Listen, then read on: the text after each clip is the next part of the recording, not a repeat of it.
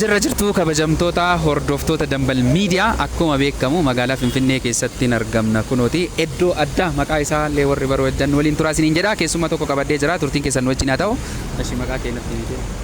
Maqaan koo Mustafaa Hirphoo jedhama. As naannoo Birbirsa Gooroo iddoo addaa Waddeessaa jedhamu jirra.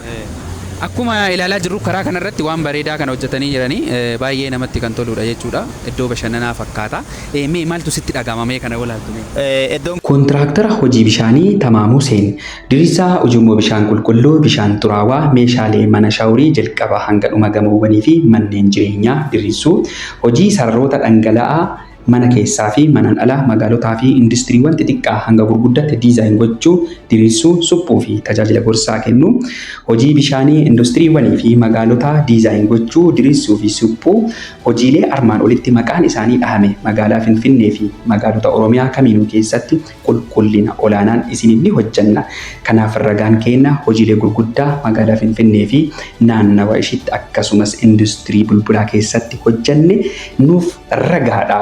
Teessoon keenya handhuura Oromiyaa magaalaa Finfinneetti argamna. Lakkoofsa bilbilaa Duwwaa 916 yookaan Duwwaa 9135928 karaa waasaappiidhaan yookaan daayirekti bilbiluun nu qunnamuu dandeessan. Kun iddoo baay'ee bareedaadha. Daandii irra jirra. Daandiin kun immoo gara Birbirsa Goorootti odoo deemaa jirru iddoo bareeda kana argine walumaan as gorre akkuma dura isin jedheetiin jedhe iddoon kun iddoo addaa Waddeessaa jedhama. Baay'ee bareedaadha. Hoteelaa fi kan hojjetaniitiin jedhani fuuldura isaatitti garuu haala kanaan bareechisanii hojjetanii jirani. Namoonni kunneen faayidaa dhuunfaa isaanii qofaaf osoo hin taane namoonni naannawa kana jiraataniitiin jedhanis gammadanii iddoo kanatti bashannanii akka dabarsaniitiin jedhan godhaniiti baay'ee gammachuu guddaan dhagahama. Baay'ee nama akkuma argaa jirru faaffateen bishaanii kunillee bareechisanii kan hojjetanidha. Baay'ee kan namatti toludha jechuudha. Daandiin isaallee amma baay'ee babal'atee jira akkuma waliin amma ilaalaa turre.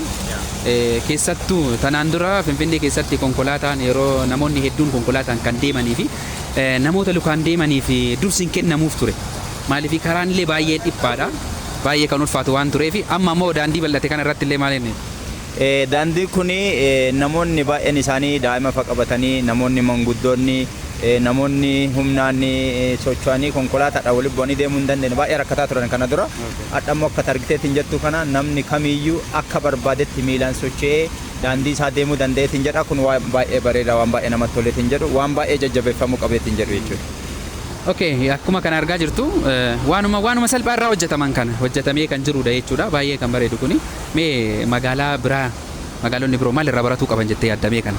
Namoonni baay'een isaanii faayidaa mataa isaanii qofa osoo hin taane faayidaa uummataallee dursaniitiin wantoota babbareedaa akkanaa kana gaafa hojjetaniitiin jedhanii waan tajaajila nyaataa iddoo faachi keessa kennaniin dabalataan wantoonni isaan asii kennaniitiin jedhan kun waan baay'ee bareedaa waan baay'ee namatti toleetiin jedhu haaluma kanaan namoonni biraallee fayyadamuu akka qabaniitiin jedhan isaan ergaa koo dabarsuun barbaada. Akkasii Birbirsa Goorootti argamna magaalaa Finfinneeti iddoo addaa Waddeessa jedhama. Waddeessaa jedhama.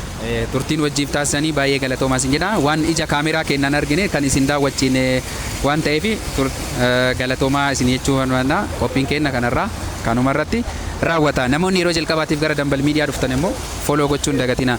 Dambal Miidiyaa foloo godhaa. Ulfaadhaa jiraadhaa Dambal Miidiyaa foloo sabiskiraayib gochuun dagatina. Hora bulaa deeban. Dambal miidiyaa keessanii yaada keessan kan irratti ibsattanii kanaafuu yeroo jalqabaatiif yoo dhufte immoo foloo gochuun dagatin jedha galatooma.